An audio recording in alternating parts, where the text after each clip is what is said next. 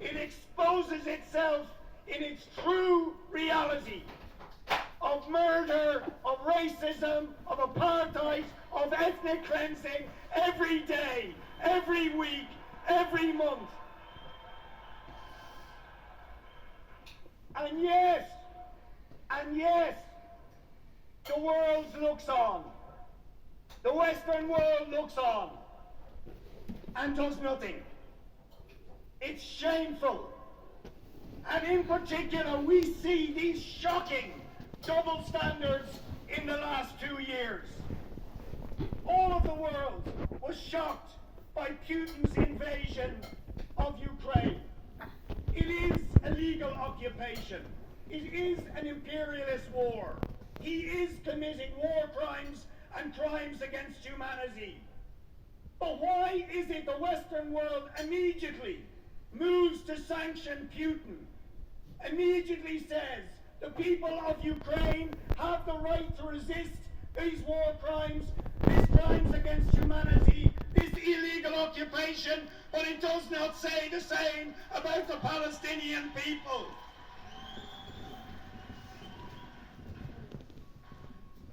If Russia and Putin deserve sanctions, then the apartheid settler colonial state of Israel deserves sanctions, and it has deserved them for 75 years. And of course, one of the many of the great crimes of Israel is the expulsion of millions of Palestinians across the world in the diaspora. In Syria, in Lebanon, across the Middle East, and across Europe, and across the world. And under international law, but maybe more importantly, for anybody who believes in justice, every single one of those Palestinians in the diaspora have the right to return to the homes and the villages and the towns from which they were expelled by Zionist terror gangs. Let's remember that. The massacre of Deir Yassin, the mass graves we now see in Tatora. These were the crimes of the real terrorists, and of a state that has continued to commit that terrorism and those crimes against humanity and those war crimes right up to today, and now they don't even pretend.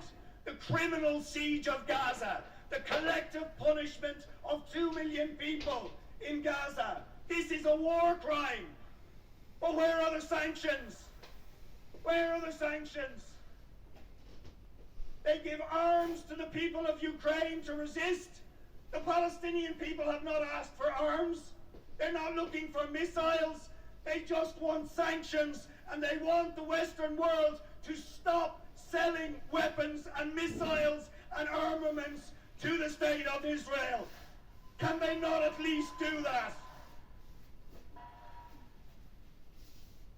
The last thing I will say to you is this.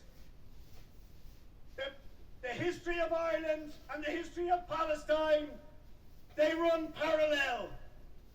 The Governor General of Jerusalem in 1936, the British Governor General, his name was Ronald Storrs. And he said in 1936, when asked why he supported Zionism, he said, "We want to create a loyal little Jewish Ulster in the Middle East to guard against a potentially hostile sea of Arabism."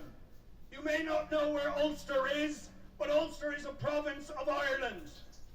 And he was describing the colonial tactic of divide and rule to control Ireland that Britain had used for hundreds of years in the occupation of Ireland.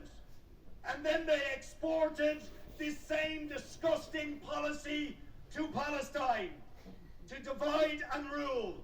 As Joseph Biden, the president of the US, said a few years ago, he said, if Israel did not exist, the United States would invent Israel.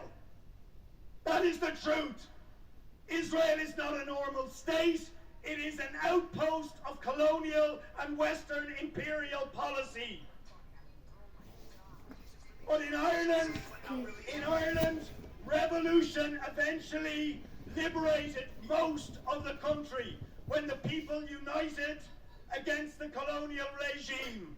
And I have no doubt, with the bravery, the determination and the courage of the Palestinian people, because 75 years of Nakba has also been 75 years of resistance every day, every week, every month. And that resistance, I know, will last until the Palestinians are allowed to return, and we will stand with you every step of the way.